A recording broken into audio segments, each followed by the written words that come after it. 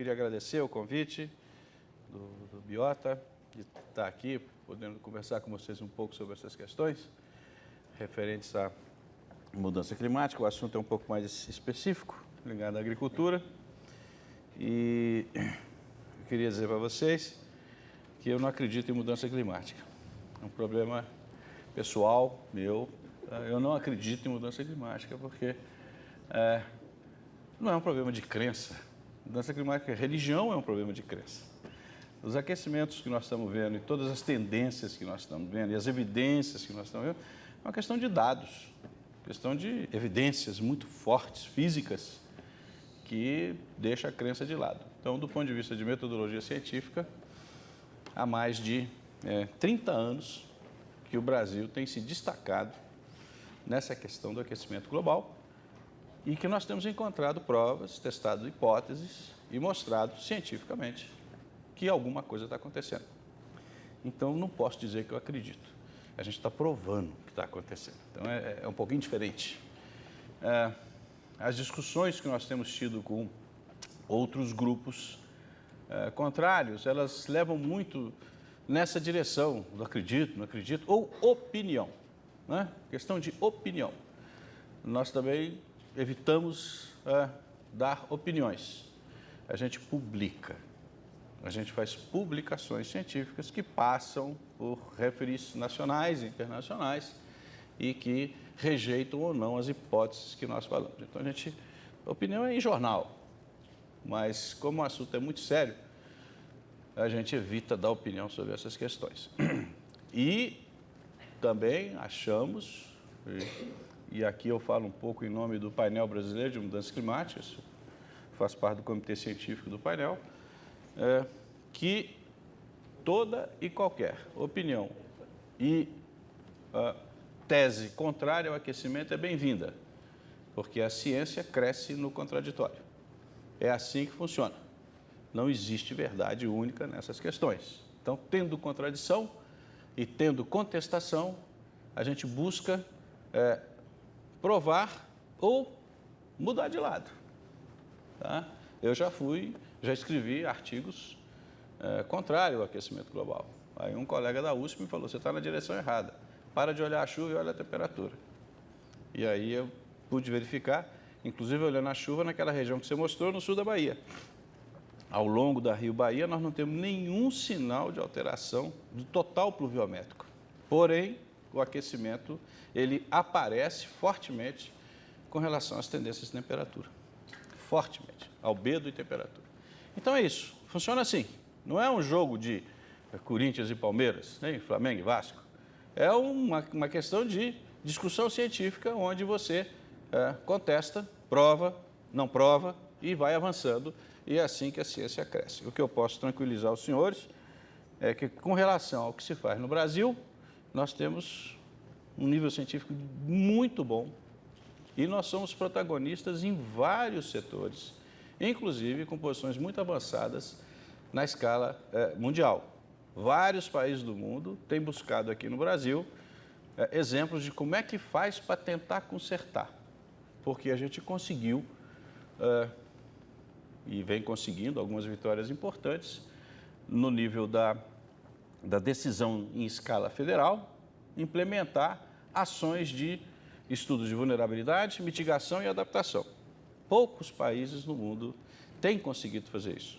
Recentemente foi uma vitória para o grupo do IPCC quando finalmente, 17 anos depois, os Estados Unidos assina, né, um protocolo governamental, oficial, dizendo, sim, está acontecendo.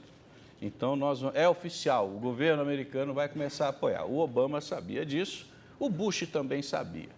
Só que ele era petroleiro, então ele não tinha jeito de apoiar. Mas, o que eles também sabiam, mas se negavam a admitir, é que a ciência americana, nos bastidores, tinha e continua tendo uma produção absurdamente alta com relação à ciência do clima. E eles são os principais a mostrarem e provarem o que está acontecendo. Então, finalmente, o governo americano falou, sim, tem CO2 na atmosfera e está num nível muito perigoso, né? Então, a gente agora temos um parceiro importante. Estamos aguardando a China, impacientemente. Uma hora ela entra e vai dizer, sim, nós também estamos botando muito CO2 na atmosfera. Então é isso, o mundo vai mexendo e vai avançando. Mas eu vou falar de agricultura aqui. Então, já foi apresentado aqui pelo Alexandre, pelo Leandro, o que a gente viu nos últimos 50 anos foi essa dramática degradação do capital natural do planeta, e aí você tem, de 1900 para cá, esse aumento desses gases de efeito estufa, CO2, o óxido nitroso, o metano, esses três eu coloquei, que são os principais da agricultura. Há um reflexo no aquecimento global, esse reflexo não é linear, a gente não consegue ainda fazer uma relação direta, a gente sabe que ele acontece, e é exatamente por saber que existe um pouco essa causa e esse efeito que a gente tem procurado buscar essas relações físicas para ver como é que essa coisa, para onde que isso vai. E outro dia, foi muito bom o que o Alexandre falou aqui, porque um dos colegas nossos que contesta disse, não, o CO2 só aumentou 10%. Sim, 10% nos últimos 10 anos. Né? Porque nos últimos 80 anos foi mais de 50%. Isso é muito forte, isso altera toda a fisiologia de uma planta, isso modifica muita coisa. Né? Nós temos aí a degradação da terra, perda de biodiversidade, foi muito bem mostrado aqui, eutrofização, poluição e extração de água. Esse assunto nós vamos voltar a falar nele aí mais para frente. Mas a água, o Brasil tem problema de água, que é isso? Isso aqui é abençoado por Deus. 17% da água doce do mundo está no Brasil. A cantareira está vazia, né? Alguma coisa foi feita para ela estar vazia. Ou alguma coisa deixou-se de fazer para ela chegar no nível que chegou. E tem tudo a ver com aquecimento global, tem tudo a ver com manutenção de biodiversidade, tem tudo a ver com uma das soluções que o Alexandre apresentou aqui. Os impactos previstos para o Brasil são esses aqui, intensificação das chuvas no sul e sudeste, o nordeste vai ficar mais árido, você vai ter uma substituição gradual da floresta amazônica oriental por vegetação de savana. Esse aqui é um item que dá muita discussão ainda no meio botânico, no meio florestal, no meio da biodiversidade. É uma tese que ainda dá alguma coisa vai acontecer, mas se vai ser desse jeito ainda tem muita discussão. Mas é importante, nós estamos percebendo coisas importantes nessa região. E são coisas não só importantes, são coisas da ordem de 75 milhões de hectares que foram alterados. Né? Então, tem uma dimensão enorme, é mais do que toda a área ocupada pela agricultura brasileira, tirando a pecuária. Foi o estrago lá, quer dizer, não é o estrago, foi o que foi feito na Amazônia. Agora nós temos que saber o que nós vamos fazer com aquilo. Está lá, está aberto, tem pecuária, tem sistema florestal, mas precisa ser dito. Está virando cerrado? Não sei. Algumas áreas dão essas indicações, outras não. Diminuição da disponibilidade de água no semiárido, isso não é muita novidade. A novidade é que você já está começando a detectar essa diminuição em várias bacias dos rios do semiárido, você está começando a mensurar isso, inclusive a taxa de redução. Existem estudos da Universidade Federal de Pernambuco mostrando isso. Isso é grave, já não tem muita água, ainda está diminuindo e essas taxas estão sendo detectadas, então começa a ficar bastante preocupante. Né? E, obviamente, aumento do nível do mar. Todo mundo está preocupado com o aumento do nível do mar porque, né, já pensou? Perdemos o Guarujá, nós vamos perder Copacabana, Ipanema. Né? Todas as projeções que eu vejo, aí tem um pouco o lado mais midiático das pessoas que trabalham com o tema, fazendo aquelas projeções. Né? Tá aqui, ó, Ipanema vai acabar, hein? Isso aqui, olha aqui o Guarujá, aí fica todo mundo apavorado. Mas eu prefiro ver de outra maneira.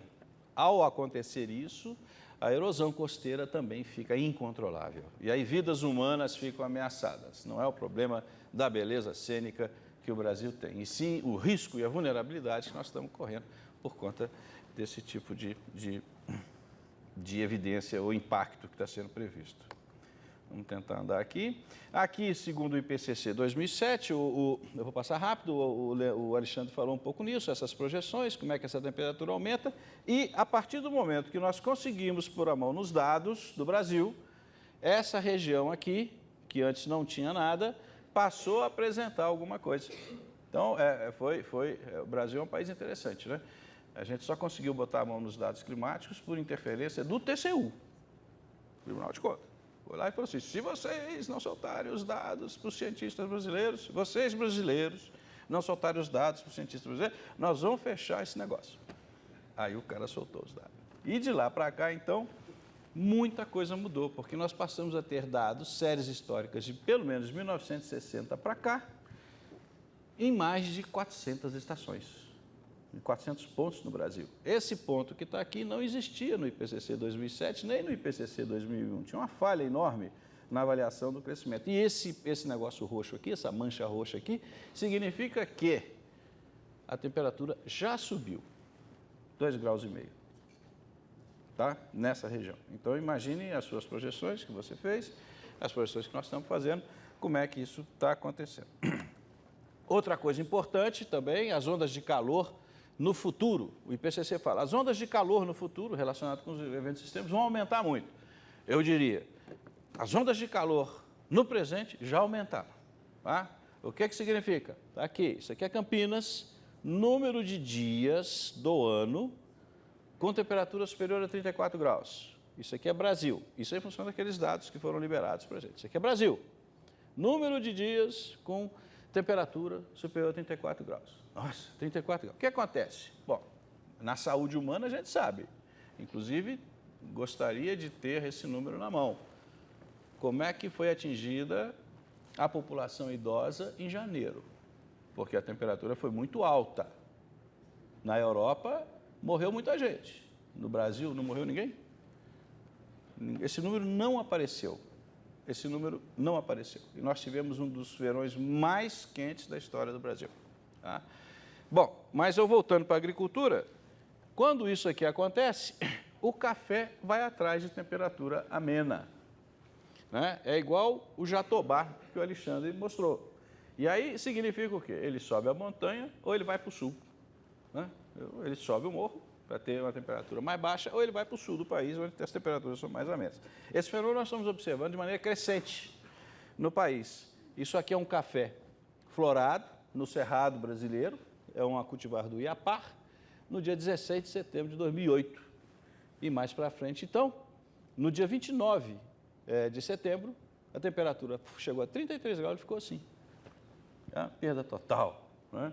Então, nós estamos observando isso com muita frequência nessas regiões. Tem solução? Tem. Você muda de região. Em São Paulo, nós estamos vendo uma substituição gradativa do café no oeste paulista por seringueira. Né? E na região do Cerrado, o café tem tido altíssimas produtividades, mas irrigado, enquanto tiver água. Tá? Então, essas questões estão acontecendo. O feijão também sofre muito. Os cenários climáticos globais para a América do Sul, aparece aí uma incerteza muito grande com relação à chuva. A temperatura nós não temos muito problema em afirmar, não. Mas com a chuva, sim. A chuva ainda tem uma incerteza muito grande e é preciso investigar melhor. Por isso que a gente ainda toma muito cuidado em falar sobre essa distribuição de água, né, e de chuva no território brasileiro. Pistas importantes mostram que o Nordeste vai ter uma certa redução, o norte da Amazônia vai ter uma redução de chuva, o Paraná e Santa Catarina, na bacia do Paraná, deve ter um aumento de chuva e um pouco no Rio Grande do Sul. E aqui a gente não sabe direito ainda o que vai acontecer, mas a gente sabe que os extremos de precipitação estão aumentando. Né? E aí aparecem alguns modelos com relação à temperatura, o mesmo modelo que o Alexandre utilizou, que é o modelo do Hadley Center, é a diferença em 2010 da temperatura máxima que esse modelo no pior cenário apresentava e a média da temperatura máxima entre 1960 e 90. Então, já em 2010, ele apresentava um aumento de 1 grau de temperatura nessa região e aqui em verdinho já estava chegando em 2 graus. Né? 2020, 2030, 2040. Então, a gente observa neste modelo que há um aumento de temperatura e aparece um hotspot aqui muito forte, que é a Amazônia e Nordeste. Tá? Quase mataram a gente quando nós mostramos. Vocês querem acabar com o Brasil? É um pessimismo total, as coisas não vão... Bom, tá bom, então, isso foi feito em 2007, simulamos o modelo em 2010. Quando chegou em 2010, então, nós comparamos as medições em 2.000 estações meteorológicas do Brasil com os 2.000 pontos do modelo Hadley Center. O modelo era bonzinho. O modelo estava 2 graus abaixo do que nós medimos. Tá? E aí, a partir desse momento, nós decidimos não trabalhar só com um modelo, mas trabalhar com o maior número de modelos possíveis, para a gente poder mudar o cenário, ao invés de trabalhar com A2, B2, trabalhar exatamente como o Alexandre fez, situação otimista, situação pessimista. Isso te dá um desvio e tudo que pode vir a acontecer estará dentro desse desvio, supostamente, porque as emissões observadas estão acima desse desvio. É isso que a gente tem que evitar. Bom, o que acontece na agricultura? Se você aumentar, a planta ela respira e faz fotossíntese. Se você aumentar a temperatura muito, o que acontece? A fotossíntese se equilibra com a respiração. E nesse momento aqui, quando isso acontece, a planta vegeta, mas não produz. Tá? Isso chama, no algodão, a gente chama de ponto de compensação térmica. Elas se encontram e aí você não tem produção. Tá? Tudo que ela produz, ela consome. Tá? Equilibra, a sua produtividade cai. E aí você encontra situações como essa, você tem aqui uma fotossíntese bruta, aqui a fotossíntese líquida e aqui a fotorrespiração. Quando você diminui um do outro, dá isso, tá? Com aumento de temperatura. Obviamente que você vai acrescentando CO2, vai acrescentando umidade e essas curvas vão mudando. A gente participa de um projeto com mais de 40 países do mundo, um negócio bem interessante, porque cada um fazia a sua simulação com o seu modelo, quer dizer, e aí nós resolvemos juntar 3 ou 4 modelos e todos os países simulariam o mesmo modelo, de maneira que você pudesse comparar coisas comparáveis. Quer dizer, a soja simulada no Brasil seria feita da mesma maneira que a soja simulada na China. E aí a gente veria qual seria o impacto entre uma e outra. Todos apontam para a redução de produtividade com o aumento, com o material genético que nós temos aí. Todos, tá? Apontam para essa situação. Quer dizer, o material genético que nós temos hoje, ele está extremamente vulnerável a esse aquecimento. É preciso mudar isso. Então, vem algumas tendências. Primeiro, chuva na região centro-oeste do Brasil. Esses são os picos de chuva que nós estamos observando. A chuva intensa, chuva máxima. Essa chuva, ela dobrou de intensidade nos últimos 20 anos. Dobrou. Um negócio muito forte. O que significa isso para a agricultura? Significa que nós adotamos uma prática nos anos 90, onde plantio direto na palha. Plantio direto na palha é o melhor manejo que nós podemos dar, conservação total. Não há necessidade de fazer mais terraço. Terraço você faz uma espécie de bloqueio, né, na sua área plantada. São uns cucurutos desse jeito, né, na curva de nível, que retém água. Como o plantio direto protegia o solo, não havia necessidade de gastar energia para fazer o terraço, com a chuva da época. Mas as chuvas hoje são tão intensas que elas estão destruindo os terraços. E quem deixou de fazer o terraço voltou a perder adubo por erosão. Então nós temos que voltar, uma maneira de reduzir o impacto é voltar a fazer esses terraços para evitar isso. Tanto na região centro-oeste, na região sudeste menos, e na região sul nós estamos num pico de crescimento aí interessante e que a gente está bem atento. Observem que essa coisa é cíclica. É cíclico? É cíclico, sim, é bem cíclico mesmo. A gente sabe que é cíclico, só que com tendência de alta. Tentando, talvez, pedindo autorização para o Alexandre e para o Leandro, para complementar um pouco a resposta dele, as alterações climáticas naturais, elas ocorrem segundo um ciclo muito conhecido climaticamente, que chama o ciclo de Milankovitch, onde você tem as alterações da Terra pela rotação que ela faz, em torno do Sol, em torno do seu eixo, em torno da sua própria posição. Esse ciclo leva 160 mil anos. Então, a Terra, naturalmente, independente da era que ela está, que dura milhões de anos, ela esquenta e esfria em 160 mil anos. Agora, o que nós estamos vendo é uma ruptura disso. Uma ruptura. Nós estamos esquentando em 100 anos. Então, não é nem era glacial, nem é Milankovitch. Nós estamos alterando esse ciclo natural. É muito? Não, é 20%, 25% do que seria se fosse natural. Então não é nada. É muita coisa, porque nós estamos chegando a ter 2, 3 graus acima da média no planeta. É muita energia que você usa. Então, são essas questões que a gente tenta trazer à tona.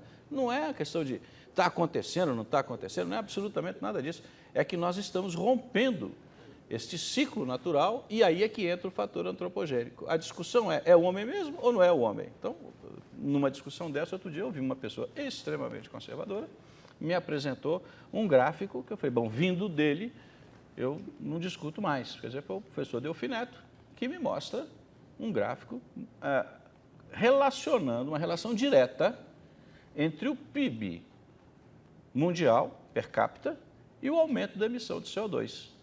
E quando ele acabou de fazer, e vocês ainda têm dúvida que tem aquecimento global? Então, quer dizer, existem evidências que são muito fortes que nós estamos rompendo esse ciclo natural. Nós precisamos voltar a ter níveis razoáveis de CO2 na atmosfera, porque senão nós estamos nos condenando no curto prazo. Tá?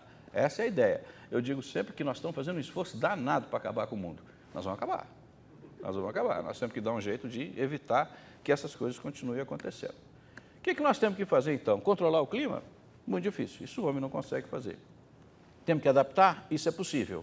E nós temos que esperar? Bom, esperar é o princípio da inação e esperar, se for mantido esse nível e esse fluxo de crescimento e de aquecimento que nós estamos tendo, não vai demorar muito para ter um colapso. Vocês podem ter certeza disso. Então, o primeiro passo é o passo que todo mundo está propondo, que foi assinado em Copenhague. Nós temos que reduzir a concentração atmosférica desses gases de efeito estufa. Então, no setor agropecuário, uma das primeiras coisas que a gente faz é reformar as pastagens. Reforma essas pastagens, nós estamos falando de 60 milhões de hectares, e isso melhora muito. Vamos fazer melhoramento genético, significa que nós vamos encurtar o tempo de engorda desse boi, da carne. Né? Nós podemos fazer esse melhoramento genético e ter menos CO2 por quilo de carne produzida. Vamos fazer confinamento? Também, no confinamento, nós podemos ter menos CO2 por quilo de carne produzida. Porém, a gente passa a ter uma vulnerabilidade maior com relação à vaca louca. O boi no pasto não tem vaca louca, mas o boi confinado na ração pode vir a ter. Nós temos o boi mais sadio do mundo. E num pasto bom, nós temos o boi verde. É o boi que no pasto sequestra carbono. Eu vou mostrar isso para vocês mais para frente.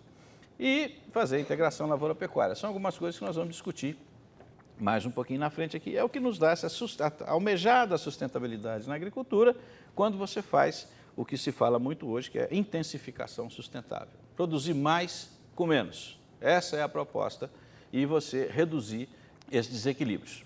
O retrato brasileiro em termos de emissão de CO2 equivalente mudou.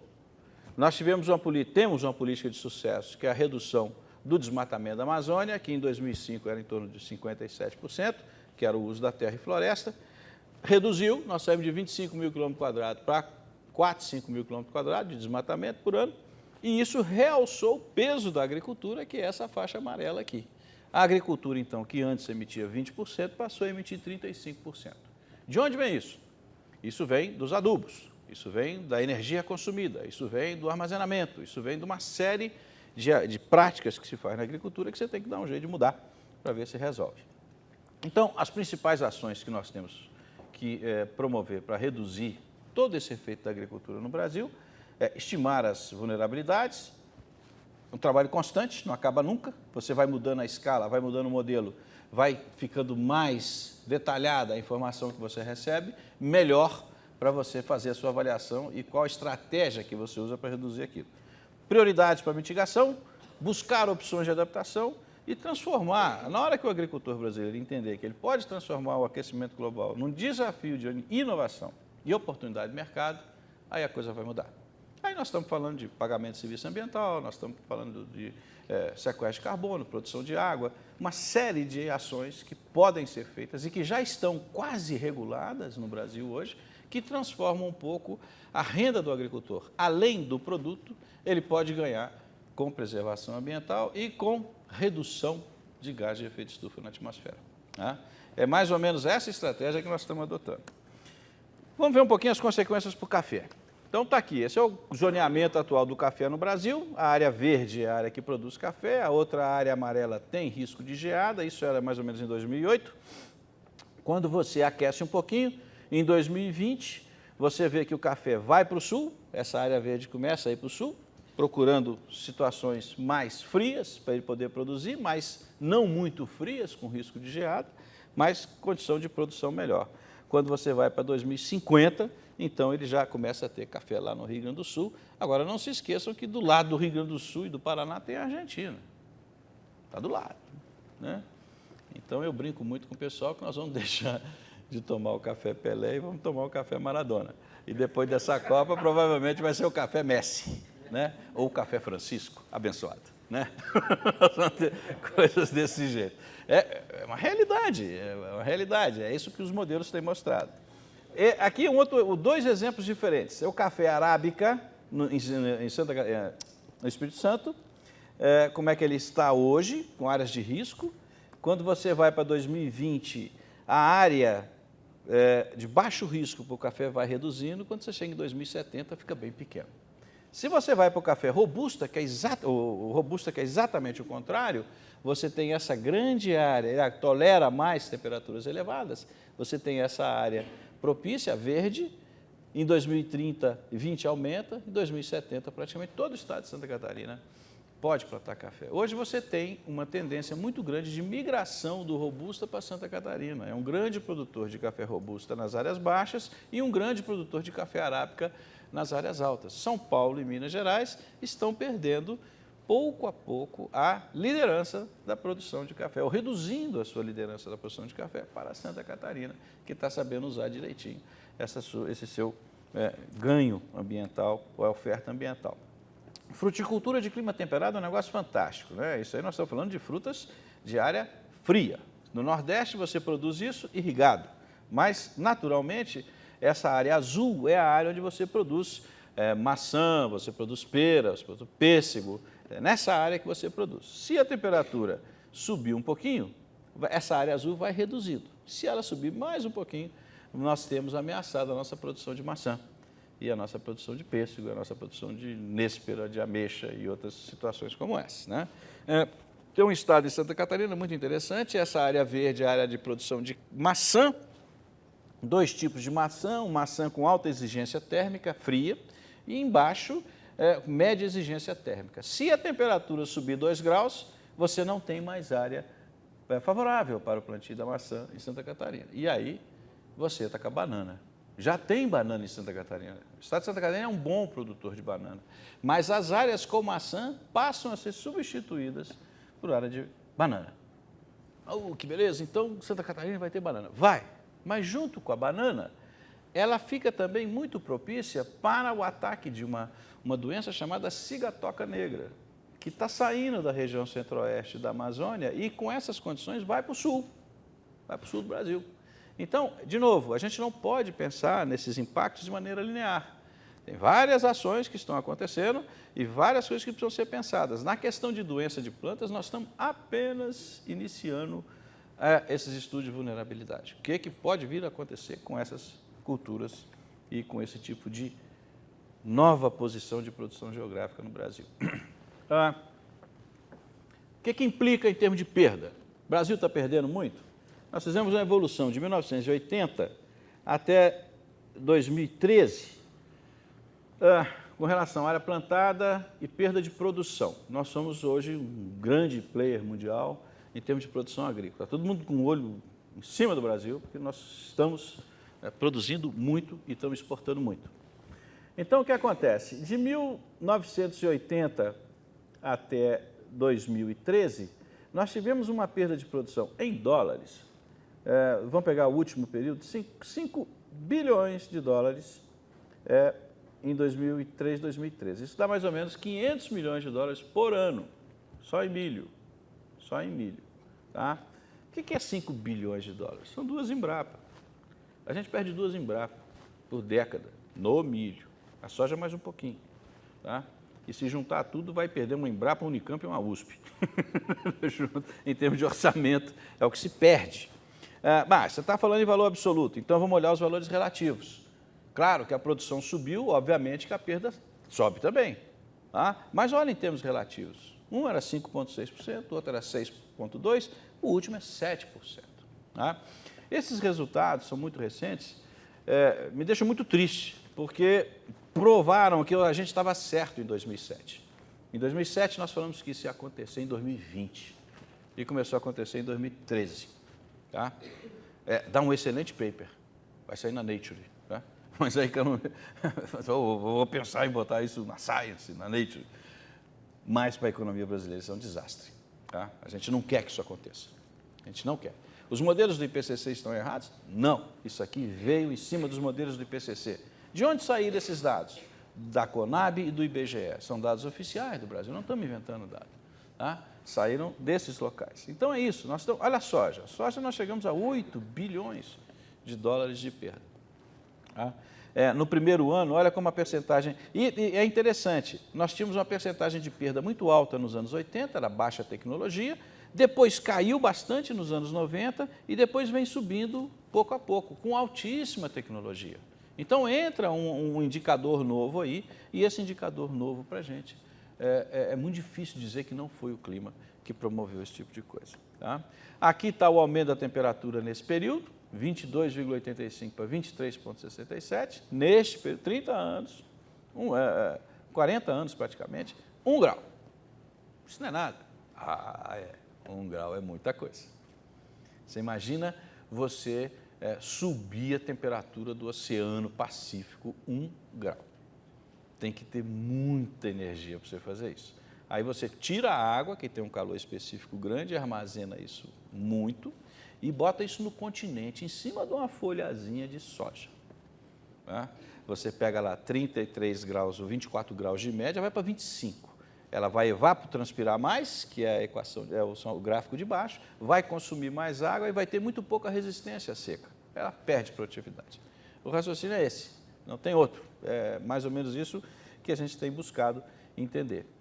E os diversos modelos, quando você joga isso em diversos modelos, esses modelos trabalhando, todos eles, sendo global, modelo regional, todos eles, modelos de alta resolução, de baixa resolução, todos eles têm uma tendência parecida.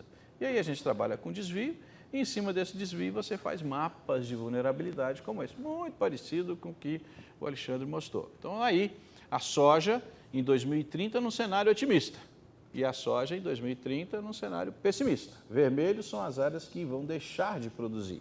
Tá? A mesma coisa, parece que é pouco, mas quando olha assim no detalhe, tem uma faixazinha vermelha na Bahia, no oeste da Bahia, que ali naquela região tem quase 500 mil hectares de soja plantados. Tá? E passa a ter um problema, Formosa do Rio Preto, Barreiras e Luiz Eduardo Magalhães. É uma região de alta vulnerabilidade. A mesma coisa no sul do Maranhão e no Piauí, que teve uma migração grande de produção de soja e milho para lá. Estão tornando-se áreas vulneráveis. Né? Na pastagem também é muito menos, mas há um impacto na pastagem, quase imperceptível, mas você perde produção em alguns tipos de pastagem. Tá? O milho também, o milho é mais grave, milho segunda safra, aqui misturou, desculpa, era para ser primeira safra e safrinha, misturou um com o outro, fica difícil de comparar. Mas de qualquer maneira nós temos o primeira safra, que mostra essa área vermelha toda, e atacando principalmente o Rio Grande do Sul, atingindo o Rio Grande do Sul, e na segunda safra, que é o safrinha, que mudou o perfil da produção de milho no Brasil, aquela área em vermelho no centro do mapa é a área de expansão da safrinha. Então já é difícil fazer safrinha, com aquecimento fica mais difícil ainda. Né? Esse é um pouco a área plantada no Brasil, desculpa, está em inglês, não tive muito tempo para traduzir esse negócio, mas está aqui. As perdas em percentual que você teria no cenário otimista e no pessimista para todas as culturas, principais culturas que nós analisamos. E a principal delas, então quanto é que é a perda total? Se eu tirar a cana, você vê que a cana cresce. A cana vai se dar muito bem com o aquecimento. De novo, é outro produto que vai para o sul. Tá? Tem um problema de inversão de sacarose que depende de temperatura elevada. Quando você tem temperatura baixa, não atinge, então não vira etanol. Eu até descobri outro dia que o Rio Grande do Sul tem muita cachaça. Eu nunca bebi uma cachaça gaúcha, mas tem muita cachaça gaúcha. O etanol que eles usam lá não é etanol, é pinga. 30 e poucos mil hectares. E agora existe um projeto de expansão de produção de etanol no Rio Grande do Sul e Santa Catarina. Tá? Um projeto grande, tanto é que eles têm 1 milhão de hectares com aptidão para crescimento do etanol na região. Então nós temos isso, a cana cresce, a soja perde, o milho perde, o trigo perde, a cana e a mandioca ganham com esse aquecimento. Mas a mandioca é um negócio complicado, ela desloca do Nordeste e vai ou mais para a Amazônia e para o Cerrado Centro-Oeste e Sudeste. Tá? onde ela é produzida e que tem um impacto social muito forte, ela está ameaçada, que é na região Nordeste. As tendências são essas: soja pode perder 40%, café arábica 33%, milho, arroz, feijão, girassol, grande perda no Nordeste, eu vou voltar nesse tema, mandioca perde no Nordeste, ganha em outras áreas e a cana dobra a produção. Esses são poucos impactos. Mas milho, arroz, feijão, algodão, girassol, no Nordeste nós vamos ter perda? Vamos! A região da Mata Atlântica, no Nordeste, que foi desmatada, que hoje tem cana-de-açúcar, podia perfeitamente estar produzindo milho, arroz, feijão, mas produz cana. Né? E a região do semiárido nordestino, que não pode produzir milho, arroz, feijão, e tenta produzir, é um desastre. Então, não pode produzir isso. Então, o que produz aqui? Você vai deixar 25 milhões de brasileiros em condição de miséria absoluta? Não, primeiro tem o Bolsa Família, né? O Bolsa Família que está lá. Bolsa Gás, Bolsa não sei o quê, tem um monte de bolsa lá. Mas o segundo ponto importante é que é um programa social super importante, tirou esse povo da miséria. Está lá. Mas a política adotada é uma política complicada. Por quê? Porque ao invés de produzir aquelas culturas que já estão adaptadas ao Nordeste, nós estamos insistindo em produzir exóticas. Mas do que você está falando? Umbu, cajá, siriguela, cajamanga, angico, outras culturas que fazem parte da biodiversidade nordestina, podem ser domesticadas, parte delas já são domesticadas e são usadas como fator de renda para aquelas famílias com extrativismo, que é o pior do sistema de produção. Então, se vocês rodarem qualquer hotel no litoral nordestino, vocês vão tomar suco de cajá, vocês vão tomar suco de umbu, qualquer botequim no interior do Ceará e da Paraíba, tem lá uma siriguelazinha que você come como tira-gosto de cachaça. Tá? Só que não fecha o ciclo, não fecha, o ciclo não é fechado. Nós sabemos produzir intensamente essas plantas, mas você não fecha industrialmente isso. Então fica um vazio e você não oferece para o agricultor exatamente as opções já adaptadas para ele ali, né? E onde ele passaria batido com a questão do aquecimento. Né?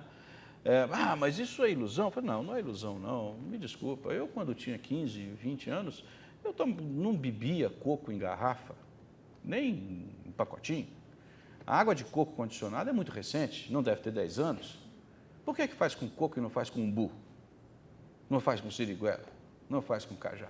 Onde está a indústria brasileira arrojada, que pode sentar junto com a agricultura brasileira e o conhecimento científico de agricultura tropical também arrojado e competente, que devem se juntar e fazer a famosa inovação tecnológica e buscar aí soluções para a região nordestina. Nós temos tudo na mão, mas não estamos fazendo. Tá? Então, tem saída? Tem saída. Temos condição de fazer? Temos. Trabalhos como esse que o Alexandre mostrou existem na Mata Atlântica, no Cerrado e na Caatinga. No Cerrado nós temos mais de 85 espécies que a gente sabe que pode revegetar. 5 com altíssima flexibilidade, vamos dizer, em termos de expressão gênica e se adaptam a qualquer situação. Né? Pau-terra da folha miúda, pau-terra da folha grande, sucupira preta, faveiro e pacari. Essas repetem todo o Cerrado brasileiro. Já teve mais quente o Cerrado brasileiro, já teve muito mais quente que ele é hoje. E essas plantas sobreviveram. Deve ter uma expressão gênica ali qualquer que dá a essas plantas uma tolerância à temperatura e deficiência hídrica. Por que nós nunca fizemos o genoma dessas plantas? O que está faltando para fazer o genoma dessas plantas? A gente só faz genoma de soja, de milho, de arroz, de feijão. Eu digo isso de cadeira, a minha empresa só faz isso. Quando você chega para o pessoal da biotecnologia, não, eu quero pacari, eu quero umbu, eu quero saber por que eles resistem. Porque o dia que eu descobrir esse gene, e eu botar esse gene numa soja, ela vai ficar imbatível. Vai ficar imbatível. Olha o mercado genético, o maior armazém de genes tolerantes ao aquecimento global no mundo está no Brasil. Está no semiárido e está no Cerrado brasileiro. E a gente não faz o genoma dessas plantas. Hoje está barato fazer genoma, é muito fácil. Antes era difícil. Então, está aí, quando a gente discute adaptação. Voltando aqui à questão do uso da terra, agora eu não vou falar em genética, não, vou falar em mudança de uso da terra e estoque de carbono. Aqui em cima, em verde, era estoque de carbono com a vegetação nativa. Tira a vegetação nativa e põe uma cultura qualquer, você tem a linha preta. E aí vai descendo, vai perdendo carbono. Essas culturas vão consumindo carbono, vai perdendo carbono. Na vermelha é o sistema convencional e PA é pasto, e esse pasto vai se degradando, vai perdendo carbono. Mas se você faz integração lavoura-pecuária, você inverte a curva. Você passa a sequestrar carbono. Esse é o grande pulo do gato do Brasil. Como é que é feita a coisa? Você pega o boi e fala assim, este boi emite 55 quilos de metano por cabeça ano. É o que ele faz. Aí todo mundo fala, nossa, 200 milhões de cabeça, 55 quilos de metano, emite muito, 12%, 13% da emissão do Brasil vem do boi. Vamos acabar com o churrasco. Né? Eu já ouvi isso. Não, churrasco não, pô, faz isso. Churrasco não exagera. Mas dá para melhorar? Dá, melhora o pasto. Porque se você melhorar o pasto, o carbono que o pasto sequestra neutraliza a emissão do metano do boi em termos de CO2 equivalente. E foi daí que surgiu a famosa agricultura de baixa emissão de carbono. Há uma compensação desses gases de efeito estufa. Boas práticas agrícolas retirando a emissão vinda de outros processos emissores, como, por exemplo, a fermentação entérica do bovino. Tá? É assim que a gente tem conseguido resolver o problema e botar dinheiro para resolver esse problema aí. Então está aqui uma soja em cima de uma braquiária, em cima de um pasto com braquiária, de um lado sem a braquiária, sem o pasto, do outro com o pasto. Olhem as raízes ali. Aquilo ali é carbono orgânico e que vai ficando fixado no solo e vai se acumulando. Se você tirar o pasto, ele vai embora. Se você mantiver a rotação, ele fica. E aí compensa. E o Brasil passa a ser, na sua agricultura, um dos maiores sequestradores de carbono do mundo. Porque nós temos condição de fazer isso, nós temos ciclo, nós podemos produzir o ano inteiro. Essas são soluções de mitigação que nós temos procurado. Esse aqui é um típico exemplo de adaptação que eu não quero. Né?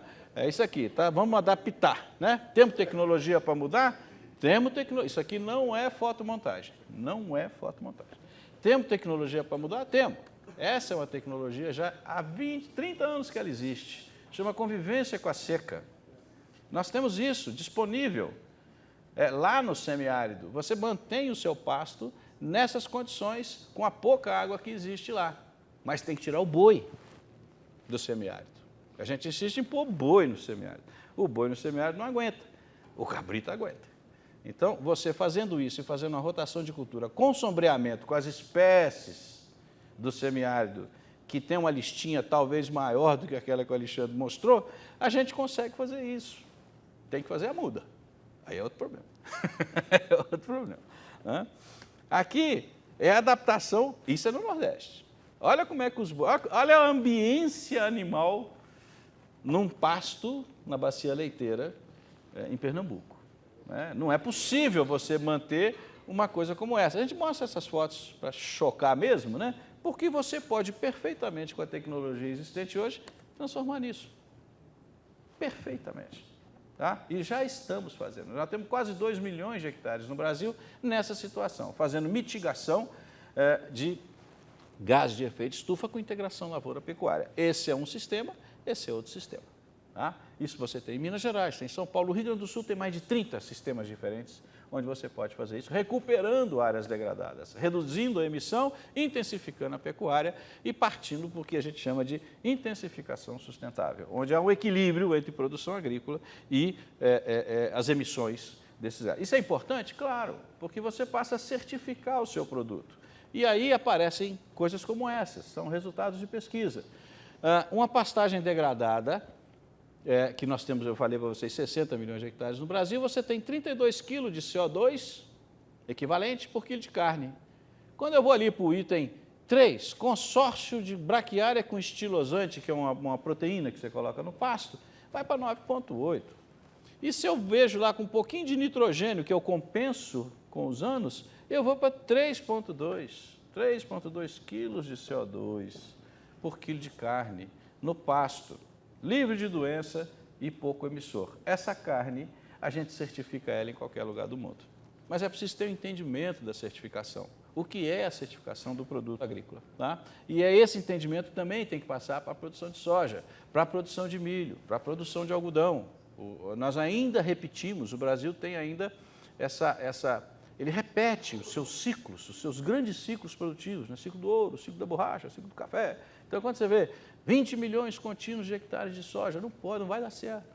Nós temos que tentar mudar o modelo. Este modelo que está aí, é um modelo que consome muito insumo. Nós temos que ter um modelo que consuma menos insumo e que produza o tanto que produz sem emitir o quanto emite hoje. É possível, e nós temos uma política pública que faz isso hoje no Brasil. O que é difícil é convencer, porque não é fácil fazer essas coisas. Dar o empurrão inicial não é fácil. Depois que o carro pegou no tranco, aí ele começa a andar. Tá? Essas são as regiões com pasto degradado no Brasil, 58 milhões de hectares que nós conseguimos detectar. E aqui está um exemplo de uma soja adaptada. Essa soja da sua esquerda é a soja com gen, que não é brasileiro, é um gen japonês. E do outro lado, a mesma soja sem o gen. Essa soja foi testada esse ano, em cima daquela esse terrível período que nós passamos sem chuva, né, lá no Paraná, e ela não teve nada. Imagina se eu pego um gen da sucupira preta e boto nessa soja. Vai ser não. É o que a gente chama. É transgênico? É um transgênico. Mas é um transgênico de segunda geração. É um transgênico, outro dia me gozaram muito. Então você está defendendo o transgênico do bem? Eu falei, do mal eu não vou defender, eu vou defender o do bem.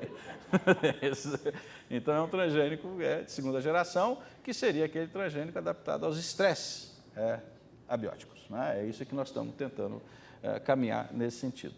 E isso aqui é aquela faixa que eu disse para vocês, com esse genzinho aí, que a gente pode encontrar tanto no cerrado quanto no semiárido, a faixa que nós podemos atingir com materiais tolerantes e com aquele aumento de projeção de aumento de temperatura que o Alexandre mostrou, sobe 1 grau, desce a faixa. Sobe mais 1 grau, desce a faixa. Essa faixa vai só aumentando. Então, a solução para a segurança alimentar, ela está no Brasil. No mundo, se nós usarmos o modelo atual conservador de produção agrícola, a gente chega a 350 milhões de toneladas de grão. Fazendo o que nós fazemos hoje, sem desmatar nada, não precisa desmatar nada, só com o incremento tecnológico, nós chegamos a 350 milhões de toneladas de grão. Se nós começarmos a fazer esse trabalho conjunto entre produção agrícola e boas práticas, reduzindo as emissões, com integração lavoura-pecuária, plantio direto, fixação biológica de nitrogênio, utilização de dejetos animais, nós podemos chegar a 500 milhões de toneladas sem abertura de área. E se nós colocarmos nisso aí, os 60 milhões de hectares de pastos degradados, recuperando isso, a gente passa dos 600 milhões de toneladas de grãos, que é o que a FAO tem projetado como sendo a grande demanda mundial para 2060. E nós temos condições de fazer isso no Brasil. Basta que a gente tenha juízo. Né? Se a gente tiver juízo e a gente tiver a condição de botar essas cartas na mesa claramente, e é possível fazer isso, a gente chega lá. Eu acho que era isso. Muito obrigado.